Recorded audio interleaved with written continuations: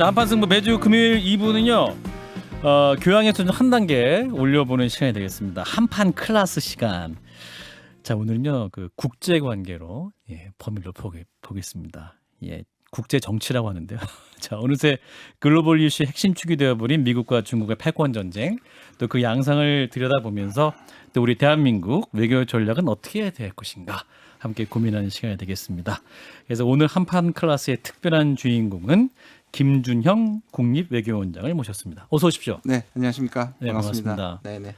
처음 뵙습니다. 네, 우리 진중권 작가는 워낙 유명하시니까 뭐 지나면서 본 것 같고 한 번 이렇게 방송해 본 적은 없는 것 같습니다. 방송 같이 한 적은 없습니다. 그래서 굉장히 긴장한 얼굴로 들어오셨습니다. 그렇습니까? 네. 우리 노영애 변호사도 방송에서 많이 보셨을 것 같고요.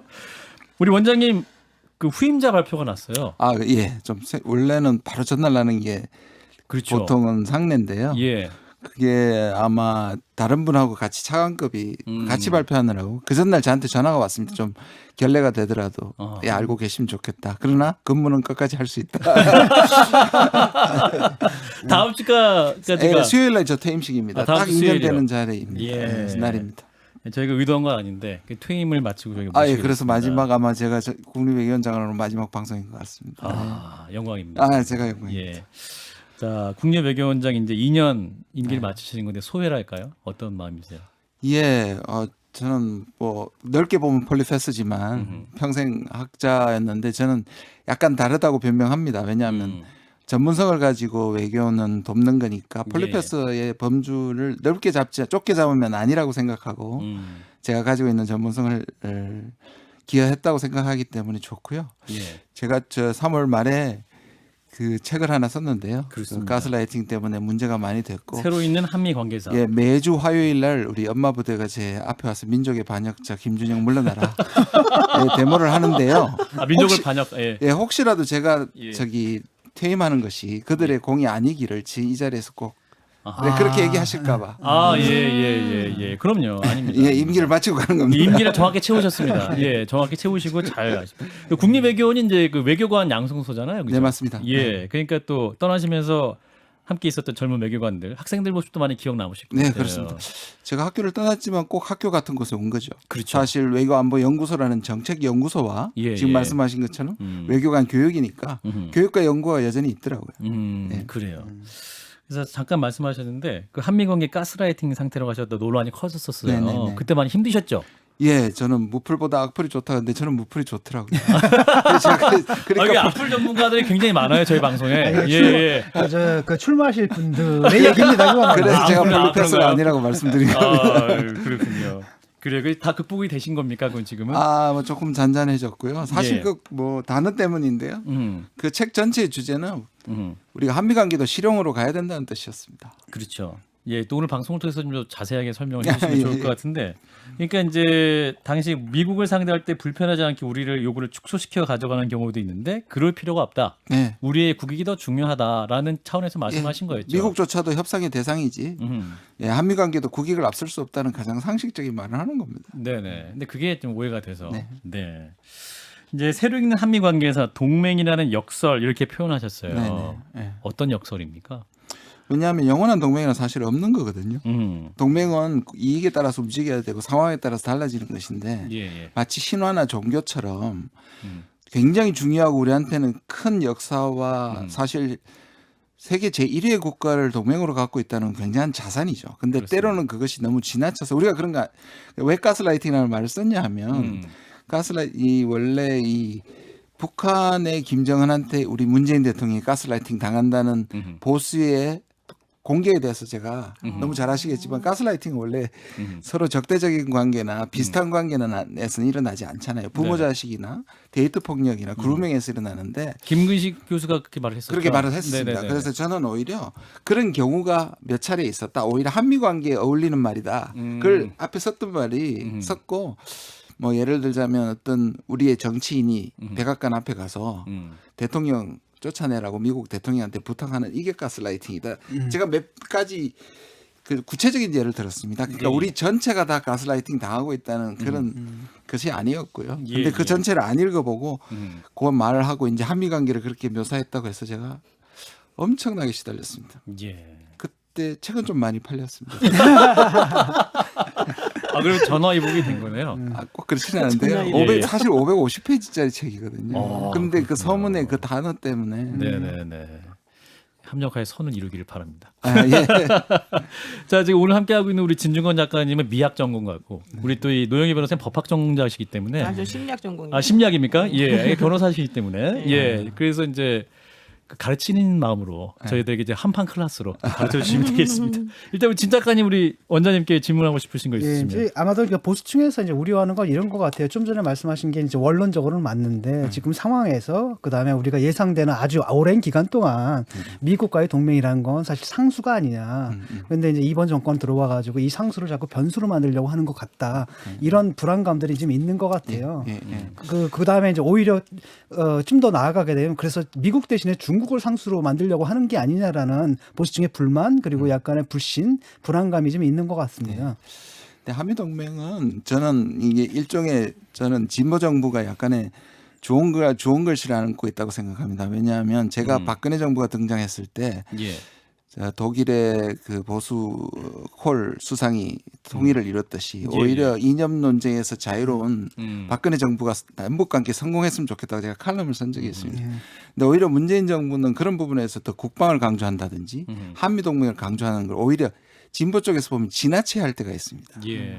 그래서 사실 자기 좀 딜레마에 빠지기도 합니다. 왜냐하면 북한하고 대화하고 돌아와서 F-35 자랑하고 한미동맹 자랑하면 북한 쪽의 입장에서 보면 안 그래도 군격 격차가 커지는데 그렇죠. 그런 측면이 있거든요. 그래서 저는 한미동맹이 나빠졌다고 생각하지 않거든요. 지난번에 한미 정상회담에서도 봤듯이 저는 그리고 한 정권이 아무리 진보적이라고 하더라도 한미 관계를 멀리하고 중흥국으로 간다는 자체가 불가능한 얘기라고 저는 생각합니다. 국내 정치적으로도 불가능하고요. 지금 세계적으로도 중국을 선택한다는 거의 자살행위이기 때문에 그런 걱정은 그래서 제가 신화라는 말을 썼던 겁니다. 일종의 신화다. 불안감이 넘쳐서 신화다라고 저는 생각합니다. 그래요. 네, 저도 하나 질문. 아, 그럼요. 네. 계속 질문하세요. 그 네. 책에서 그런 얘기 하신 것 같아요. 한미 동맹의 70년의 관계는 동맹 중독이다. 네. 그러니까는 우리가 사실 이제 6.25 때에 그 미국 군인들이 와서 이제 좀 도와주고 이제 이러면서 시작이 되면서 이 관계가 약간 그 혈맹이라는 걸 이제 묶여서 만약에 그런 것들을 부정하게 되면은 큰일 나는 것처럼 지금 사실은 이제 조금 인식하는 부분이 있지 않습니까? 네. 그래서 아마도 가스라이팅이라는 단어를 쓰신 것에 더 민감하게 반응을 이제 한 것으로 보이거든요. 그럼 우리나라가 생각하는 그런 동맹 중독 이제 이런 거는 정확히 뭘까요, 그러면? 그러니까 이제 그 말도 좀 세죠. 그리고 제가 세기도 하고 그다음에 이제 제가 이런 말을 꾸준히 평생 해왔습니다. 근데 이제 외교부 차관급의 공무원으로서 그 얘기를 할 수 있느냐의 문제는 제가 그것도 이제 서문에다 적었습니다. 근데 그 중독이라는 부분은 좀 저는 약간 약소국 컴플렉스. 그러니까 우리가 사실은 굉장히 세계 우리가 지금 군사력 기준 6위고요. 그다음에 군사비 기준은 세계 9위고요. 그다음에 아시다시피 GDP는 10위입니다. 종합국력이 한 7, 8위 정도권 됩니다. 이 정도인데 아직도 미국이 만약에 동맹이 흔들리거나 미국이 우리를 버릴 경우 없다고 말씀드리지만 버리면 우린 죽는다는 그게 일종의 중독이라고 저는 생각을 했습니다. 그리고 미국은 늘 우리가 트럼프 정부 때 이제 그 트럼프 정부 때 처음으로 저는 제가 세속화란 말도 썼습니다. 뭐냐면 미국이 우리하고 달리 굉장히 동맹을 없이 여길 수 있고 공할 수 있구나. 오히려 저는 역설적으로 기회다. 이것이 한국 사람들의 미국에 대한 신뢰가 세속화되고 오히려 실용적으로 봐야 되는 기회라고 생각을 했었습니다. 그러니까 그런데 요즘 와서 또 보면 참 묘하더라고요. 트럼프하고 미국을 분리하더라고요. 트럼프가 특별한 사람이었지 역시 미국은 믿을만하고 언제든지 똑같다. 그래서 제가 이제 그런 말을 썼던 것 같습니다. 미국 조야 내에서도 계속 트럼프 정권에 대해서 동맹의 중요성을 알아라 이런 말들이 또 많이 나오지 않았습니까? 그러니까 시민들이 생각할 때 그게 진짜 미국이고 트럼프는 이상한 미국이고 이렇게 돌아가 버린 거죠. 그래요. 그래서 이제 최근 현안이 있습니다. 한미연합훈련 얘기 나오고 있어요. 어제 이제 74명의 범 여권 의원들은 훈련을 연기해야 된다, 조건부로 연기해야 된다 이런 주장도 있었죠. 원장님 어떤 의견이세요? 저는 기본적으로 김여정이 그런 발표를 했기 때문에 연기하면 안 된다고 생각합니다. 그렇습니까? 좀 보셔야 되는데 좀 근본적인 부분을 보셔야 됩니다. 왜 북한이 저렇게 군사훈련에 집착할까? 일단은 북한의 핵무기는 우리와 경쟁할 수 없기 때문에 만들기 시작했고 절대 무기에 가깝습니다. 네. 그러니까 가성비 최고의 무기죠. 그러니까 경제력에 따라가지 않고 우리의 군사비가 북한 전체의 GDP보다 더 많습니다. 그러니까 그걸 보충하기 위한 것이 핵무기라면 그래서 북한은 뭐냐면 우리는 북한을 위협적으로 생각하지만 북한은 우리가 세계 제1위의 국가와 동맹 연습을 하고 훈련하는 것이 엄청나게 스트레스인 겁니다. 그다음 거기 안에는 작계라는 것이 있는데 작전 계획. 예, 작전 계획인데 방어뿐만 아니라 북한의 참수계획, 그러니까 참수계획이라는 김정은의 참수시킨다는 굉장히 무서운 용어들이 있거든요. 예. 그리고 미국 자기들이 핵을 만든 이유가 미국의 적대시 정책이다. 그러니까 핵을 포기시키려면 적대시 정책을 포기시켜라. 그래서 싱가포르에서 트럼프 대통령한테 제일 먼저 요구했던 게 북미 정상회담 때 그 군사회담이었는데요. 그런데 그때 기억하시면 기자회견 때 이것을 발설을 합니다. 트럼프가. 사실 그건 한국하고 의논을 했어야죠. 한미 군사훈련인데. 네. 결론적으로는 잘 됐지만. 근데 그때 약속한 게 뭐냐면 전면 취소였습니다. 그걸 북한은 굉장히 큰 기대를 가지고 했는데 사실상 그 약속을 어겼고 그 규모만 축소시켰습니다. 또 분산시킨다든지. 그런 데서 북한은 뭐냐면 항상 싱가포르의 정신으로 돌아가서 지금 확인하는 겁니다. 한국이나 미국한테 약속했지 않냐. 그러니까 북한은 그거를 다시 신뢰를 회복하는 지점이라고 보는 겁니다. 그러니까 김여정이나 누구나 이 대화 재개가 나올 때마다 그 지점으로 돌아가는 겁니다. 우리한테 그렇게 얘기할 수밖에 없고요. 근데 저는 전제 조건이라고 생각하지 않습니다. 그러니까 무슨 말이냐면 이게 판 깨지는 하면 판 깨지고 안 하면 그다음에 연기하면 우린 간다 정도의 전제 조건이 아니고 북한으로서는 여기서부터 기본으로 시작하는 겁니다. 작년에도 나왔고요. 저작년에도 나왔고요. 그래서 저는 오히려 얘기를 했기 때문에 연기하는 것은 안 그래도 지금 국내 정치적인 부분에 있어서 저는 말이 안 되고요. 오히려 이런 부분은 참수작전이라는 말을 안 쓴다든지 공격적인 것을 줄인다. 저는 그게 축소라기보다 유연성, 좀 유연화하고 표장을 하고 북한의 체면을 세워주는 정도면 좀 북한은 비난은 하겠지만 이것이 판이 깨진다고 생각하지 않습니다. 그러면은요 지금 그 김여정 부부장이 이제 담화문 낸 다음에 박지원 국정원장이 그 유연하게 대응하는 걸 검토하자 이렇게 말했거든요. 네. 그럼 박지원 국정원장이 생각하는 유연하게 대응하는 거는 뭘까요? 제가 전화를 안 해봐서 모르겠는데 그 유연 속에는 축소도 있고 연기도 있지 않습니까? 예, 연기라는 건 그렇죠. 취소는 아니니까 그런 것들도 포함될 수 있는데 제가 말하는 유연성은 아까 말씀드린 그런 것과는 좀 달라요? 다른 겁니다. 어떻게 달라요? 그러니까 말씀드립니다. 일각에서는 그러니까 지금 북한에서 저렇게 얘기하고 그다음에 우리나라 그 여당 의원들이 지금 막 연판장 돌리고 있지 않습니까? 근데 이런 것들이 사실은 이미 미국과 북한 또는 우리 정부 사이에 물밑 조율이 된 거다 이런 얘기도 있는데 그건 맞습니까? 저도 뭐 완전히 현장은 아니죠. 제가 외교부 뭐 공무원이지만 완전히 현장은 아니기 때문에 자세한 건 모르지만 제가 아는 한에 있어서는 그래서 또 반대로 이쪽에 지나친 기대가 있습니다. 통신선 복구 자체가 마치 모든 것을 그렇죠. 다시 시작하는 저는 그렇게 보지 않고요. 모든 협상의 결과라기보다는 판을 깔아놓고 다음을 준비하는 하나의 시동이지 이게 뭐 차례대로 앞으로 뭐가 나올 거는 제가 아는 아닙니다. 그럼 미국은 이런 상황에서 어떻게 생각하나요? 미국은 하나가 아니죠. 이거 우리가 봐야 되는데 미국은 하나가 아닙니다. 정말 하나가 아닌 것이 미국의 의견이 하나가 미국이 하나가 아니죠. 우리는 늘 미국은 하나라고 생각하지만 오히려 우리보다 더 하나가 아니죠. 그렇죠. 그럴 수 네, 있죠. 사실 더 하나가 아니고 예. 더 좁혀서 말한다면 국무부와 국방부는 완전히 다릅니다. 그러니까 국무부 같은 그게 전제 이유고요. 국무부는 지금 외교를 중심으로 협상을 통해서 북한하고 한다는 그랬고 그러나 국방 입장에서 보면 훈련하는 게 좋죠. 전쟁 준비. 전쟁 준비는 하는 거 좋고 미군의 전력을 최대화하기 위해서는 이 정도의 훈련을 하는 데가 없습니다. 전 세계에. 예를 들어서 가끔 소규모로 이것도 크게 뜨지만 한미 훈련처럼 조직적이고 잘된 훈련이 없습니다. 자기들한테 최고의 기회입니다. 긴장감 있게 진행되니까. 그러니까 실전같이 그걸 하고 싶어 하죠.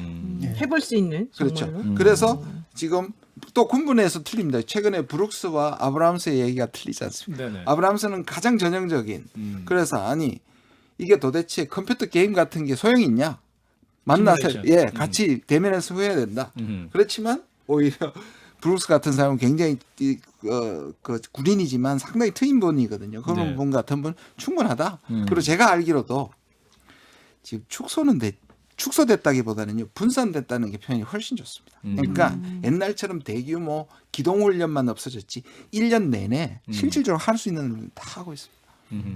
이런 생각이 지금 가끔 들거든요. 그러니까 미국은 왜 저러냐 또 왜냐하면 북한의 입장에서는 사담 후세인을 봤잖아요. 그다음에 가다피를 봤거든요. 그러니까 미국이 갖고 있는 그 병참이라는 게 일개 국가를 무력화시킬 수 있는 병참을 한 달 만에 모아가지고 들어간단 말이죠. 그러니까 북한으로서 굉장히 위기의식을 느낄 텐데 아니 군사훈련 같은 거 좀 안 해주고 사실은 그렇잖아요. 핵을 폐기하게 되면 다시 만드는 건 어렵지만은 봉쇄 정책을 했다가 다시 풀었다 이거는 사실 가역적이잖아요. 그렇다면 좀 유연하게 좀 믿어주고 그래 좀 무역 제재 좀 풀어주고 너희들 그 핵 포기하는 거 보겠어 이렇게 가면 되는데 또 그걸 또 안 해준단 말이죠. 그래서 일각에서 뭐냐면 어쨌든 미국이란 나라도 북한이란 나라를 그 적으로 갖고 있는 게 전략적 이익이기 때문에 그러는 게 아니냐라는 또 얘기도 있거든요. 자, 아까 말씀하신 부분에 제 속마음을 그대로 말씀하신 것 같은데요. 그래서 저는 우리가 이번에 제가 김 여정이 그랬기 때문에 더 안 된다고 했지. 예를 들어서 한미가 합의를 해서 오히려 통 크게 말씀하신 것처럼 먼저 하는 거는 저는 찬성이었고 그전에도 찬성이었습니다. 그런데 지금 상황에서는 아닌 거고 지금 정확하게 말씀하셨는데 북한하고 중국 문제는 이미 인기가 없습니다. 두 가지인데요. 하나는 특히 북한 문제는 30년을 해봐도 안 풀리는 문제다. 그러니까 저 괜히 건드렸다가 그냥 오히려 그러니까 이거는 해결이 되지 않을 문제이기 때문에 정치적으로 이득이 없는 문제다. 첫 번째. 두 번째는 미국 국민들은 굉장히 잘 아시겠지만 좀 이 선민의 기독교적 그렇죠. 역사관이 있기 때문에 악마거든요. 악마화하기 때문에 북한을 악마화한다. 북한을 악마화하기 때문에 악마와는 협상할 수 없다는 겁니다. 그런 게 너무 강하니까 그리고 새 정부가 지금 강한 정부를 원하는 미국 국민에게 북한한테 선제적으로 양보하는 거는 좀 생각하기 힘듭니다.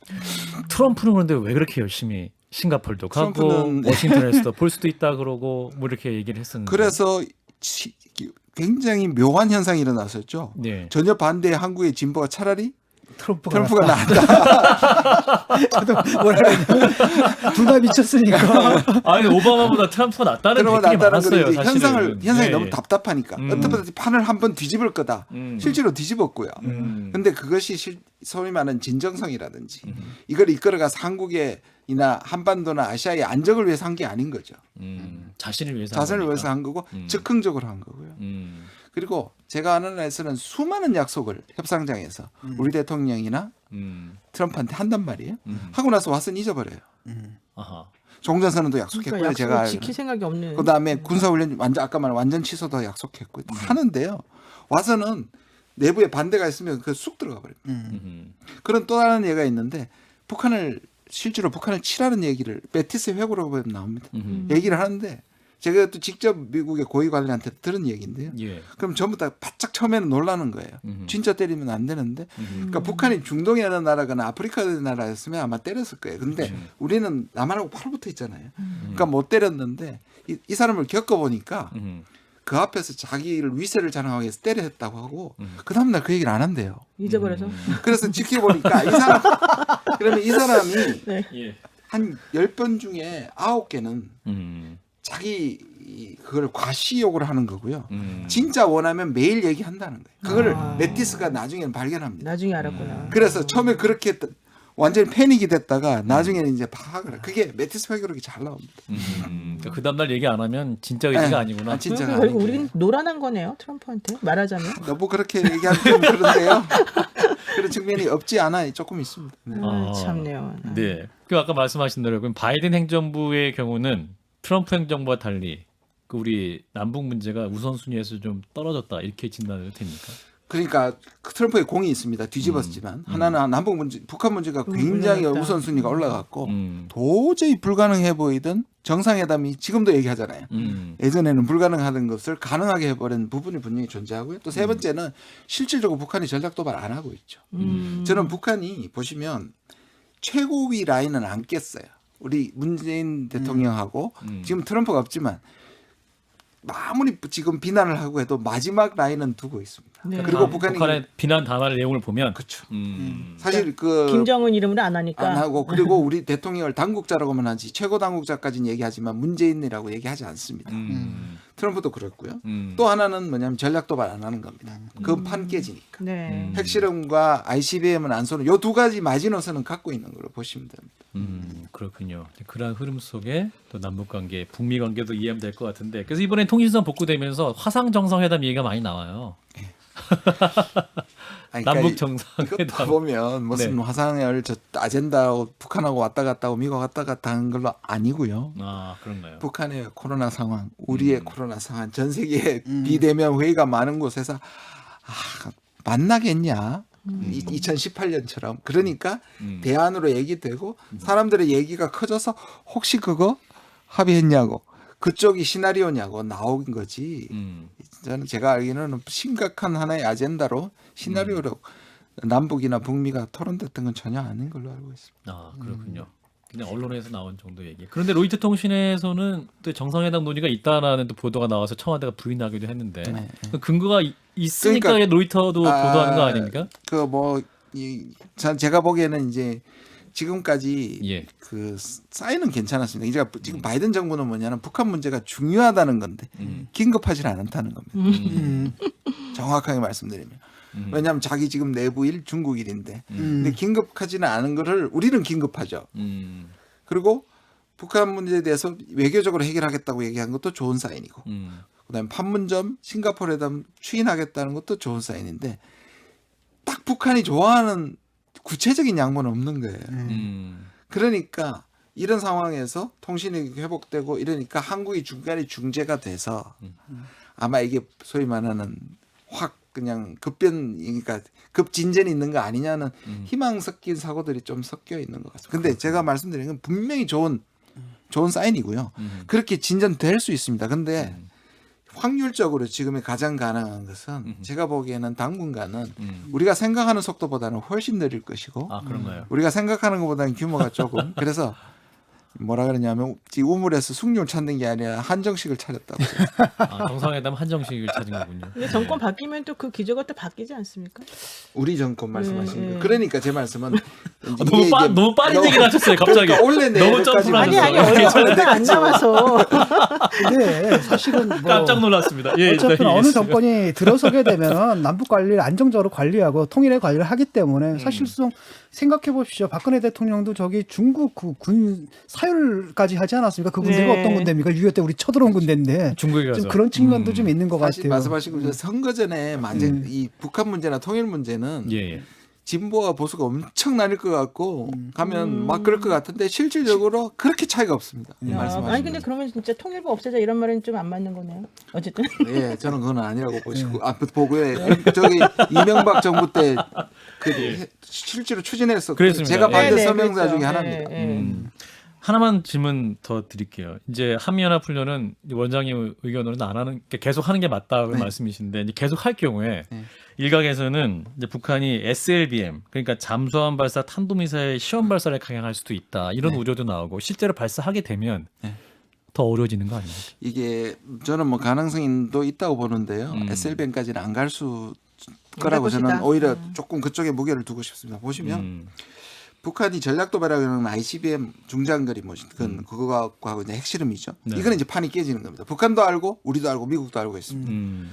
그래서 한 게 뭐냐면 단거리였습니다. 그렇죠. 그래서 단거리는 사실 유엔 제재 위반인데 트럼프 정부가 트럼프 대통령이 괜찮다고 했습니다. 저 정도 실험할 수 있다. 네, 근데 일본이 그렇게 굉장히 당황했죠. SLBM은 그 중간에 있습니다. 보더라인이라고 경계선에 있다고 생각하시면 됩니다. 굉장히 심각한 무기지만 북한이 아직 그거는 왜 심각하냐 하면 북한이 세계 6번째인데요. 이거는 숨어서 들어가서 가까이 가서 쏠 수 있는 거잖아요. 그러니까 그렇죠. 지상에 지상에 세운 것은 다 탐지가 가능한데 근데 문제는 뭐냐 북한이 핵 추진 잠수함이 없거든요. 그러니까 이 자체는 위험한데 아직 북한의 그걸로는 미국의 위협이 안 된다. 그러나 이것은 거의 전략 무기다. 그래 이걸 때릴 때는 북한이 대놓고 미국을 시험하는 겁니다. 그러니까 고기가 될 건지 단거리가 될 건지가 북한이 이걸 어디로 끌고 갈 거냐를 보는 굉장히 중요한 풍향계가 될 수 있는데요. 저는 지금 상황에서는 거기까지도 안 갈 거라고 저는 생각합니다. 네. 쏘지 않을 것이다. 예, 엔진 실험이나 지상 실험이나 이런 건 할 수 있겠지만. 네. 그렇군요. 자, 김준영 국립외교원장을 만나고 있습니다. 굉장히 재밌게 빨려 들어가시 수업을 듣고 있는데요. 우리 학생들에게 잠시 휴식 시간을 주도록 하겠습니다. 여러분께서는 지금 한판 승부를 듣고 계십니다. 저는 출근길의 동반자 김현정의 뉴스쇼 김현정입니다. 예, 다음 주에 퇴임하실 김준영 국립외교원장의 라스트 클래스를 듣고 계십니다. 한판 클래스. 예. 예. 그 다음 주제로 넘어가는 뭐 연결고리라고 할까요? 예, 제가 그렇습니다. 좀 황당한 질문을 좀 해보겠습니다. 얼마 전에 신문 기사를 읽으니까 미국의 군 고위 장성이 아니 그 북한을 미국의 동맹국으로 만들자. 네, 그게 뭐 브룩스입니다. 아, 네. 브룩스죠. 네. 근데 그렇게 얘기를 했거든요. 근데 어떻게 보면 상당히 실현 가능성이 없어 보이기도 하지만 또 못할 거 뭐야 이런 생각도 드는 게 왜냐하면은 그 북한을 동맹국으로 끌어들인다라고 한다면 대중국 견제 그거 이상의 수는 없잖아요. 그러니까 어떻게 보십니까? 우리 사람들이 좀 오해하는 게 뭐냐, 북한 무조건 중국 편이라고 생각하는데 제가 네. 만난 북한의 고위대장들은 오히려 제가 지금 그 헬싱키에서 네. 그 남북 정상회담이 있고 그다음 북미 정상회담 전이라는 아주 그 기막힌 타이밍에 제가 북미 국장을 만났습니다. 헬싱키에서. 며칠 되니까 이런 얘기를 하더라고요. 오히려 저한테 도전을 했습니다. 중국이 강할 때 우리 한민족을 괴롭히지 않은 적이 있냐고. 그렇죠. 오히려 자기들은 미국이 밀어내기 때문에 플랜 B로 중국의 바짓가랑이를 잡는 거다. 그리고 노선 차이였습니다. 장성택의 처형은. 권력투쟁은 오히려 안정화됐고 장성택은 중국한테 전적으로 의존해서 살아야 되기 때문에 중국한테 이권을 넘겨줬고요. 그것을 김정은은 장성택을 처형함으로써 그 계약을 다 무효화시켜서 북중 관계가 한 6년 동안 엄청나게 냉각됐었거든요. 그리고 아까 질문하신 것 브룩스처럼 북한이 비공식적인 곳에서 미국한테 끊임없이 얘기를 했습니다. 뭐냐면 우리가 작게는 인도 파키스탄 대줄게. 중국을 견제하는. 그리고 실제로 동맹하자고 그런 적이 있습니다. 북한이. 네. 근데 왜 반대한 거 안 한 거예요? 미국에서? 아까 말씀드렸잖아요. 악마라서. 북한하고는 못하죠. 이게 정서적으로 받아들일 수가 없습니다. 미국 국민들한테. 그런데 한 번은 생각해 볼 필요 있고 동맹까지는 아니더라도 미국이 오히려 생각의 전환을 해서 오히려 중국을 지금 견제해야 되는 것으로 사용한다면 저는 북한이 근데 문제는 뭐냐면 북한이 그것을 쓴다고 하더라도 그나마 파키스탄의 인도는 북한 미국이 보기에 상대적으로 정상적인 국가잖아요. 그런데 만약에 지금 그런 상태를 체제를 바꾸지 않고 네네. 미국이 받아들인다는 데는 자체가 쉽지 않죠. 그렇군요. 응답이 됐습니까, 진 작가님? 예, 됐습니다. 뭐 학생들의 수업자도 괜찮으시죠, 원장님? 우리 청취자 여러분들 굉장히 재밌다고 우리 장근정님이 외교가 이렇게 재밌다니 너무 재밌게 듣고 있다 말씀하시고 KHJ님도 우리 원장님 내공이 있으시니까 아주 좋습니다 하시면서 함께 우리 애청자 여러분들 열심히 듣고 계세요. 자, 앞으로는 빠뜨리고 지금 얘기하시는 아니, 앞으로 전혀 없습니다. 앞으로 전혀 없습니다. 자, 미중 갈등 이제 얘기를 한번 넘어가 보겠습니다. 미중 갈등의 시작 지점은 언제부터 봐야 될까요? 냉전의 시작? 몇 가지 지점이 있습니다. 저는 아직 신냉전이라고 생각하지 않고요. 아, 그런가요? 네, 그것도 사실 너무 많이 신냉전을 얘기하는 건 저는 바람직하지 않다고 보는데 몇 가지 지점이 있습니다. 첫 번째 지점은 부시 때입니다. 부시가 네오콘들은 실제로 아프간하고 이라크가 없었다면 소위 말하는 9.11이 없었다면 중국이 목적이었습니다. 아시겠지만 성경적으로 봤을 때 무슬림과 이 중국의 연결을 굉장히 두려워하고 실제로 그 문명의 충돌을 썼던 헌팅턴도 그 얘기를 하고 있거든요. 네네네. 그래서 네오콘들은 그 생각에 꽉 껴있는데 일주일 만에 끝날 줄 알았던 전쟁이 10년이 된 겁니다. 그래서 때를 놓쳐버렸죠. 지금도 중국 강경파는 트럼프 주위에 있던 볼턴 같은 사람 그때 쓸데없는 전쟁에 참여하면서 중국을 견제할 절호의 기회를 놓쳤다고 생각합니다. 그다음에 언제냐면 2008년이에요. 2008년이 파이낸셜 크라이시스, 금융위기가 왔는데 2016년까지. 네. 2008년 딱 닥치고 보니까 중국 때문에 살아났거든요. 전 세계가. 그건 확실합니다. 그때 중국이 모든 충격을 흡수해줬기 때문에 고마우면서도 미국은 충격을 받았습니다. 중국 많이 컸구나. 부자구나. 그다음 2013년입니다. 예. 2013년에 시진핑과 오바마가 캘리포니아 란초 미라지에서 노타이 차림으로 6시간 산책을 합니다.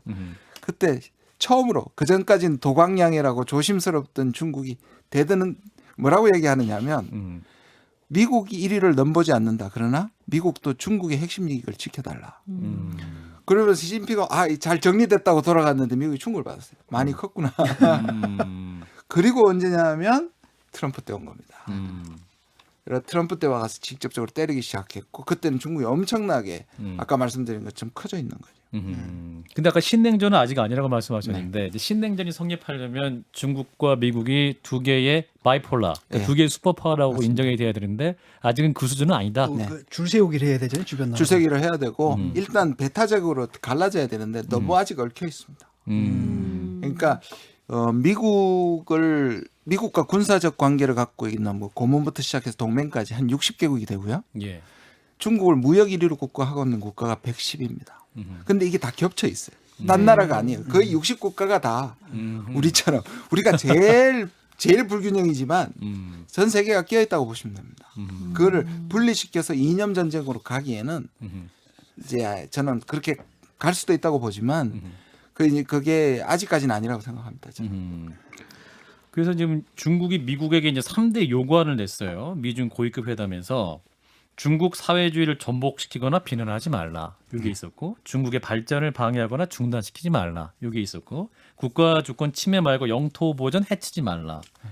건드리지 말라는 거네요. 네. 이거 어떻게 읽어야 될까? 이 세 가지 요구안. 어떻게 보면 되게 자기 충분히 얘기할 수 있는 거죠. 마치 북한이 우리 핵 주권 있다고 얘기하는 거하고 좀 비슷하잖아요. 근데 이게 이제 미국한테는 도전이고요. 이게 그 외에 16개 시정 촉구, 그다음 10개 우려사항 이렇게 해가지고 우려사항. 네, 굉장히 많네 우려가. 네, 그러니까 3, 16 열입니다. 아 예. 그래서 뭐 유학생 비자 제한 철폐해라, 제재하지 말라 이렇게 쫙 해가지고 리스트를 넘겨준 거죠. 마치 이거 미국한테 명령하듯이. 그러니까 그렇구나. 이것도 중요하지만 어떻게 미국한테 대하느냐도 미국한테는 충격이고요. 또 이게 이제 웬디 셔먼이 중국 방문했을 텐데 베이징으로 안 부르고 텐진으로 오라 그랬거든요. 우리나라로 치면은 서울로 안 부르고 부산으로 오라고. 아니 왜냐하면 그때 양제츠를 어디로 불렀냐면 알래스카까지만 불렀잖아요. 아하. 그대로 하는 겁니다. 그렇군요. 티포텟이네요. 예. 그럼 지금 어쨌든 대만 문제 같은 거는 지금 어떻게 지금 봐야 돼요, 그러면? 보시면 대만이 굉장히 위험하죠, 그죠? 근데 저는 보면 대만을 중국이 함락하지도 못하고 미국이 중국으로부터 독립시키는 거는 저는 그거는 끝난 얘기입니다. 그러니까 만약 그 얘기는 그게 되면 어느 쪽이든 중국이 대만을 침공하거나 미국이 대만을 독립시키는 것은 끝이라고 보면 됩니다. 왜냐하면 이제 갈 때까지 가면 가능한 일입니다. 그만큼 굉장히 이 엄청난 일이기 때문에 그걸 가지고 지금 서로 기싸움을 하는 겁니다. 한국만 막 대만 해협 근처에 3개 전단을 막 보내잖아요. 그렇죠. 중국 입장에서는 이거 굉장히 긴장하기도 하고 이것도 그다음에 해보자는 거냐. 예, 무기 수출하겠다고 또 얘기를 했고요. 그다음에 트럼프 대통령이부터 시작됐죠. 원래 처음 중국하고 전화 먼저 해야 되는데 오히려 대만 총통하고 전화를 먼저 해버렸습니다. 그것도 자극이고요. 그다음에 저희도 포함해서 이렇게 대만 대사가 국가의 외교관이 아니기 때문에 공식적인 자리에서 만나지 못합니다. 사적인 장소나 호텔 이런 데서 만나야 되는데 그리고 미국도 고위 관료가 안 갔습니다. 그런데 지금 고위 관료가 다 방문하고 있고. 그러니까 한편으로 이제 뭐 중국이 우리의 제1 교육국이 되지 않았습니까? 어떻게 우리가 떼어낼 수는 없는 건데 이제 문제가 되는 것은 우리 사회가 지향하는 그 가치의 관점에서 그 중국 사회 하고 미국이라고 한다면 우리 국민들의 선택은 분명한 것 같아요. 맞습니다. 다른 한편으로는데 또 중국이 그 제국주의적 성향을 좀 보이는 것 같거든요. 뭐 대만뿐 아니라 남중국해, 그다음에 1대1로 또 뭡니까 부탄, 뭐 인도, 뭐 곳곳에서 국경 분쟁을 일으키면서 확장하려는 이런 모습들, 그다음에 뭐 우리나라 정부한테 굉장히 고압적인 자세를 보인다라든지 뭐 이런 것들에 대해서 이제 국민들이 좀 공포감 같은 것들을 갖고 있거든요. 왜냐하면 중국은 계속 커가고 적어도 경제의 총량에서는 곧 미국을 추월할 상황이거든요. 그럼 어떻게 될 것인가 미래는. 제가 이제 그 책을 쓰고 난 다음에 많이 비판을 받았던 게 당신이 중국은 왜 욕하지 않느냐. 미국에서는 비판적이면서 그래서 그건 제가 미국 전문가이기 때문에 그렇습니다. 라고 말씀을 드려서 실제로 그렇고요. 그렇죠. 예. 제가 중국에 대한 연구를 받으면 지금 말씀하신 것처럼 중국의 저런 편협한 방식으로 절대로 세계 리더가 될 수 없다고 생각합니다.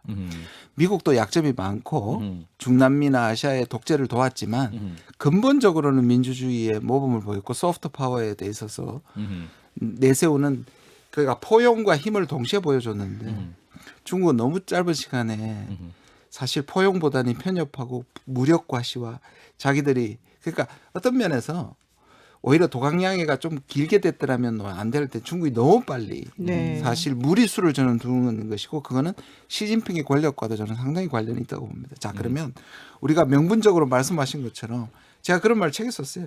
지금 선택해야 될 코너면 당연히 미국을 선택해야 돼요. 저도 거기에는 전혀 주저함이 없습니다. 그런데 우리가 이렇게 우리는 모호하다 그런데 아닙니다. 그러니까 우리 정부는 이렇습니다.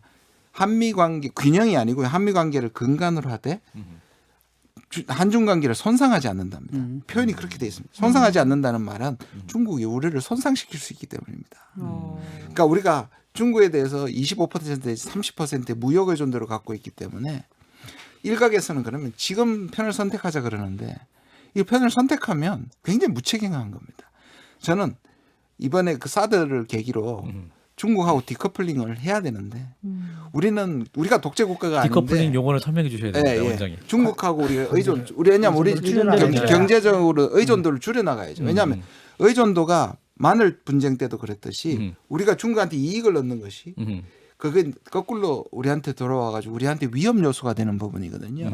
근데 지금 중국하고 끊고 만약에 우리가 말하는 한미일 동맹으로 간다든지 쿼드로 들어가 버리면 그거는 중국으로부터 끊기는 거거든요. 예. 예, 그렇게 되면 우리가 25% 무역을 어디서 찾아올 겁니까? 그래 이 부분에서 저는 실용적이어야 하고 길게는 저는 중국에 대한 지나친 의존도를 줄여야 된다고 생각하는 사람입니다. 그런데 지금 끊어버린다. 그거는 굉장히 위험합니다. 그러니까 많은 분들이 이분법적으로 생각 많이 하는 것 같아요. 예. 친중이냐 친미냐 둘 중에 하나 선택해야 된다. 근데 그런 위험하죠. 양자택일의 문제가 아니라는 말씀인 거죠. 그것도 있고 중국이 사실은 아까 편협하다는 것이 음. 정권도 편협하지만 중국 스스로가 저는 이 소위 말하는 너무 컴플렉스가 있다고 생각합니다. 뭐냐, 그 서구에 대해서 침탈받은 걸 빨리 회복하기 위해서 그래서 그 울프 워리어 그 전랑 외교라는 것도 하고 있는 거고요. 네. 다 우리하고 간섭하잖아요. 물론 이제 뭐 항구시보를 중심으로 하긴 하는데 그런데 이제 중국적으로서 보면 좀 할 말이 있습니다. 뭐냐면 미국이 실제로 제가 이제 중국에서 이렇게 하다 보면 중국에서 미중 패권 갈등이랑 우리가 보통 쓰잖아요. 중국에서 야단납니다. 바로 중미 패권 바뀐가요? 아니요. 중국은 패권을 추구한 적이 없다는 거예요. 아, 미국이 때리고 우리는 막을 뿐이라고 보는 거예요. 일견 맞는 말입니다. 미국이 먼저 때리고 중국은 그만큼만 때리잖아요. 아까 말한 것처럼 양제츠가 알래스카에서 당했으니까 그만큼만 보여주는 거거든요. 그래서 중국 내부에서 뭐라 그러냐면 미국이 펀치 게임을 하면 중국은 맷집 게임을 하고 있다. 그런데 시간이 가면 종국은 중국의 승리다. 그럼 저는 중국 사람들 만나면 진짜 친하고 하면 그런 방식은 절대 승리 못한다. 그런데 중국 사람들은 약간 초조함과 아까 말씀드린 약간의 컴플렉스와 이런 것들이 있는 거죠. 근데 어쨌든 뭐 일단 미국이 기본적으로 중국하고는 이제 무역으로 이렇게 뭔가 좀 통제를 하고 자꾸 이제 괴롭히고 사실은 그런 부분이 있는데 바이든 행정부 들어와서는 또 이제 인권 문제를 가지고 또 좀 얘기하잖아요. 근데 중국 입장에서 그 말을 들어주고 싶어도 물론 들어주고 싶지도 않겠지만 들어주고 싶어도 뭔가 명분이 있어야지 본인들 또 체면도 살리면서 이거 좀 스무스하게 해결할 수 있잖아요. 그럼 그런 방법은 없나요? 어떻게 되나요? 아까 저는 우리 진중근 작가님이 얘기하고도 통하는데요. 우리가 봤을 때 우리의 이 소위 말하는 국가 그다음에 민주주의 인권 이런 데에 대해서 북한과 마찬가지로 중국에 대해서도 우리가 타협할 수 없는 부분이 있는데요. 우리가 늘 뭐냐면 이걸 앞에다 갖다 놓는 겁니다. 앞에다 갖다 놓으면 한 발도 갈 수 없습니다. 제가 이제 늘 얘기하는 게 뭐냐면 왜 문재인 정부는 북한 인권을 얘기하지 않느냐. 과거에 소련과 동구권을 얘기했을 때 좀 뒤에 갖다 놨습니다. 그러니까 북한과 최종 합의를 하기 전에는 반드시 인권 문제가 저는 먼저 제시돼야 되고 해야 되는데 중국도 똑같습니다. 그러니까 중국을 앞에다 갖다 놓으면 아무것도 하지를 못하는 거죠, 미국이. 그래서 미국도 사실은 중국에 대해서 그런 부분에서 비합리적으로 부분은 있고 미국 내부에서도 오히려 실용적 파가 있습니다. 실용파는 화웨이 정도만 하고 중국이 반칙 행위만 하지 않아도 중국이 못 따라온다니까 전면전이나 인권이나 민주주의 가지고 하지 말자는 사람이 있고요. 저는 그게 맞다고 보는데 네. 아까 말한 것처럼 군부라든지 말씀하신 것처럼 이 중국에 대해서 인권이나 민주주의를 바로 들이대야 된다고 하는 사람들이 있는 거죠. 내부에서도 그게 사실상 계속 충돌하고 있다고 보십니다. 사실은 이제 예를 들어가지고 홍콩에서 벌어진 일, 그 다음에 이제 지금 미얀마에서 지금 벌어지는 일이라든지 거기서 중국의 역할, 그리고 신장에서 벌어지는 일을 보면 사실 섬뜩하거든요. 예. 그러니까 중국이 슈퍼파워가 될 경우에 이런 게 우리한테도 어떤 영향을 무서워요. 줄 것인가에 대한 네. 어떤 두려움들이 분명히 있는 것 같아요. 네. 그래서 거기에 대해서 뭐 우리 정부가 너무 묵인하는 게 아닌가라는 어떤 그래서 저는 이번에 한미 정상회담에서 우리의 최저선, 그러니까 중국을 지목하지 않더라도 그 남중국해, 그다음에 대만 해협이라든지 인권 민주주의에 대해서 저는 얘기할 바를 했다고 봐요. 근데 이거를 앞에 내세우고 아까 말씀드린 중국을 그렇게 자극했을 때 약간 손상될 수 있거든요. 그래서 두 가지입니다. 중국을 적시하지 않고 가장 넓은 의미에서 우리 원칙을 계속 발신하고 둘이 만났을 때 비공개 때 우리가 지켜줄 수 있는 선을 저는 중국한테 얘기를 해야 되고 그거는 사드 때 그 얘기 안 하다가 중국이 뒤통수 맞았다고 생각하거든요. 그러니까 저는 우리의 원칙과 우리가 레드라인, 우리의 레드라인을 저는 얘기할 필요가 있다고 된다. 생각을 합니다. 근데 미국도 과거에 예를 들어 중남미의 독재자들을 충분히 이용했고 미국이 인권 다 무시하고 그래 했거든요. 그렇죠. 근데 예를 들어서 지금의 WHO 같은 것도 그렇거든요. 아니 중국이 원망스럽죠. 그런데 그거 과학적으로 밝혀질 가능성이 없거든요. 네. 없는데 그걸 가지고 중국 때리기를 계속 하는 거예요. 그거는 저는 합리적이지 않다고 봅니다. 그 걱정스러운 게 이런 건데 이제 사실은 제가 외국인 나가가지고 뭐 여러 나라 사람들 만나면은 대부분 다 자기 나라 정부 욕하거든요. 자기 나라 대통령 욕하고 야 니네는 그러냐 우리 대통령 이러면서 서로 욕하는 분위기인데 중국 사람들은 달라요. 그냥 무조건 우리는 공산당을 믿습니다. 뭐 이런 식의 거의 뭐 100% 거의 모든 사람들이 그 지지를 하더라고요. 이거 보니까 좀 섬뜩하다는 생각이 들거든요. 그렇습니다. 그래서 중국이 예컨대 우리는 그렇게 생각하거든요. 그러니까 어느 정도 뭐 GDP가 5,000불까지만 했더라도 먹고 사는 문제가 중요하기 때문에 그 얘기를 안 하다가 어느 정도 사람들이 이제 경제적 문제가 해결되면 정신적인 문제, 인권, 자유 이런 거에도 관심을 갖게 된다. 그래서 중국도 변할 것이다. 이런 기대가 있는데 지금 보면 안 변할 것 같거든요. 그래서 지금 말씀하신 게 바로 키신저 방법이었잖아요. 키신저가 중국을 하고 면 중국이 미국식으로 보면 중국이 착해질 거다. 근데 그게 실패했다. 블라인드 인게이지먼트라고 얘기합니다. 그러니까 맹목적 관여였다. 그게 이제 쪼그라들어버렸어요. 소위 말하는 상하이 학파라고 그러는데요. 그거 이제 쪼그라들어버리고 말씀하신 건 중국은 안 된다라고 얘기를 하는데 그런데 그럼에도 불구하고 전 세계가 사실은 이거를 아까 말씀드린 국제기구나 글로벌 거버넌스를 통해서 중국의 반칙 행위를 막는다든지 이런 방식으로 가지 않고 그다음에 미국도 한 4년 동안 자기 이익을 위해서 사실 국제규범들을 막 국제조약을 트럼프 막 행정부 했단 때문에. 말이에요. 네네. 저는 그 바이든의 취임식이 너무 취임사가 아름다운데요. 한 가지가 결정적으로 빠졌다는 게 뭐냐면 트럼프가 대통령으로 한 거잖아요. 그 부분에 대한 저는 사과가 있었어야 된다고 보거든요. 왜냐하면 바이든이 아무리 진실되고 하더라도 약속한 걸 그러면 다음에 공화당하면 또 깨겠네. 그렇지. 그게 있잖아요. 그러면 어쨌든 지금 이제 중국하고 북한의 관계는 그럼 또 이제 어떻게 지금 생각을 하시고 계세요? 그러니까 이런 거예요. 그러니까 이게 이제 우리의 선택인데요. 북한도 중국 아까 말씀드린 중국을 둘이 우려한다. 너무 기대는 걸. 그런데 미국이 계속 밀어붙이면 방법이 없잖아요. 그 중국을 잡게 되는 것이고. 아까 제가 그 장성택 채용 때문에 북중 관계가 6년 동안 장성택 때문이 아니라 맺었던 모든 이권을 무효화시켜 가지고 6년이 나빴는데 왜 다시 돌아왔냐 하면 중국을 패싱하고 트럼프가 북한하고 바로 얘기했거든요. 네. 그러니까 그때 막 만나기 시작해. 기억나시죠? 중간중간 4번이나 만났습니다. 그 구원을 다 잊고.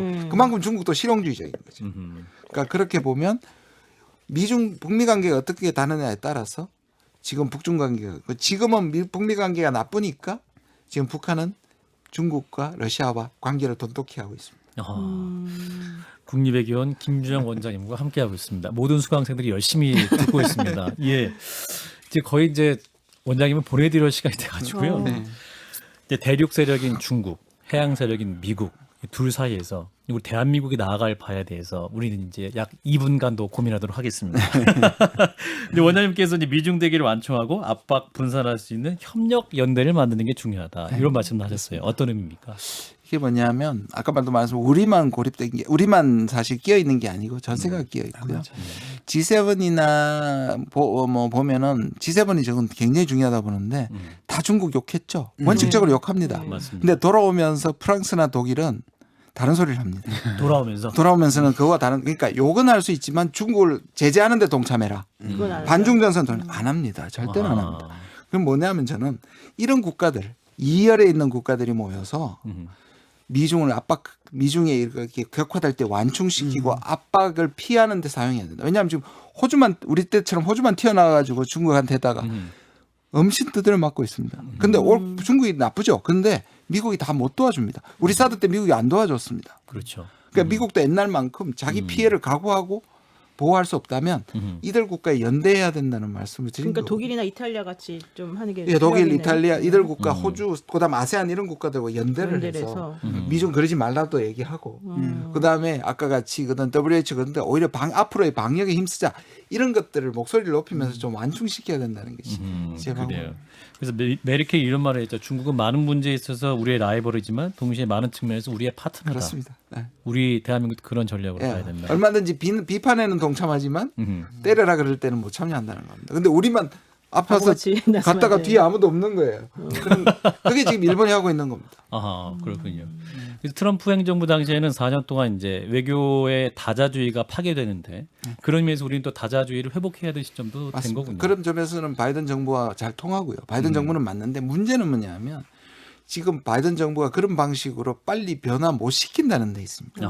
시간도 걸리고 중국은 요리조리 빠져나갈 것이고 이렇게 됐을 때 결국 나중에는 내부의 강경파가 목소리를 얻을 수도 있고 중간 선거나 다음 선거에서 공화당이 차지를 하게 되면 이 또 글로벌 가버넌스가 왜냐하면 공화당이 보니까 트럼프 방식으로 해야만 당선이 될 수 있거든요. 그러니까 트럼프가 안 나와도 트럼프 같은 사람이 또 등장할 가능성이 많다. 그렇군요. 수업 시간 이제 30초 남았습니다. 아, 이게 너무 빨려 들어가지나 봐요. 너무 아쉽네요. 이게 라스트 클래스, 눈물 없는 라스트 클래스. 원장님 9월에 한 번 더 다시 모셔야겠습니다. 예, 그때 교수로 또 오겠습니다. 학생들 다시 강의하러 오셔야 될 것 같습니다. 네. 아유, 잘 들었습니다. 네, 고맙습니다. 고맙습니다. 다음 주에 퇴임하실 우리 김준영 국립외교원장이었습니다. 감사합니다. 감사합니다.